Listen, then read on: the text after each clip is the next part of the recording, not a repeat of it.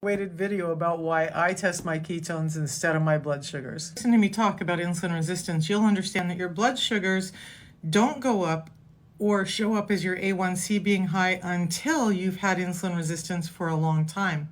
Now couple that with the fact that if you're doing any kind of fasting and you're dumping off fat stores, your blood sugars are going to rise and fall even in the absence of you eating. I heard about this, but I wasn't quite sure. So I did a 10-day fast, and then I did another 10-day fast about a month and a half later, and I checked my blood sugars during that fast, and I noticed even on the days, all those days that I wasn't eating, my blood sugars would rise and fall. They would drop down to about 60, and then they would start to climb again and get up to about 130, and then they would slowly fall. So in the absence of taking in calories and nutrients, my blood sugars were rising and falling the entire time.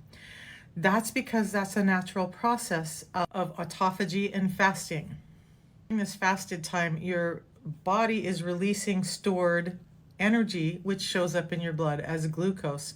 So it's not always the most reliable way, in my mind, to test if I'm staying insulin resistant or not, because those blood sugar levels may be there without the presence of extra insulin in the body. Now, in order for ketones to come out, the insulin has to be put to bed. And then glucagon can come out to play, and that's when ketone levels go up.